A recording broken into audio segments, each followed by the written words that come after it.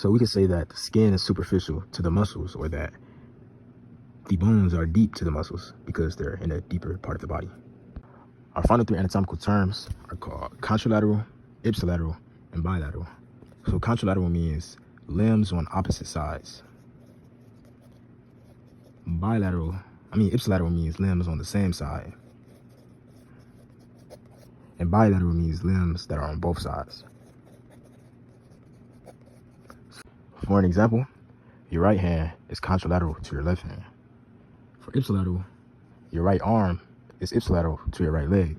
And for bilateral, your ears and your eyes are bilateral because there are two of them, such as your arms and your legs. So all of these anatomical terms let us describe body parts precisely rather than just saying it's above the stomach. You may say superior.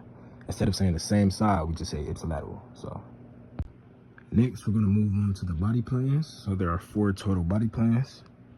The first one is called sagittal, next frontal or coronal, the third is transverse, and the fourth is oblique.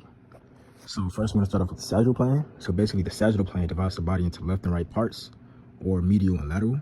A cut down the midline of the body is going to be called mid-sagittal because it's the midline. But if it's not directly down the midline, then it's going to be called perisagittal, which is just left and right. So if you look on the body, if you look at the midline, line L, this would be called mid-sagittal.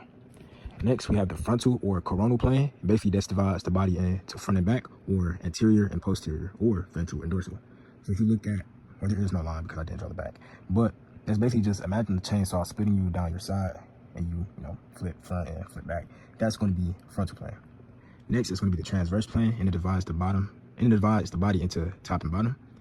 Or you could just call this as superior and inferior. So it divides the body into superior and inferior portions. If you look at line K, you can see that as it's cutting across the stomach. And for the oblique plane, the final one, the oblique plane divides the body at an angle. So it's basically going to be a diagonal cut. If you look at line M, you can see that it's cutting across the body rather than in a straight line.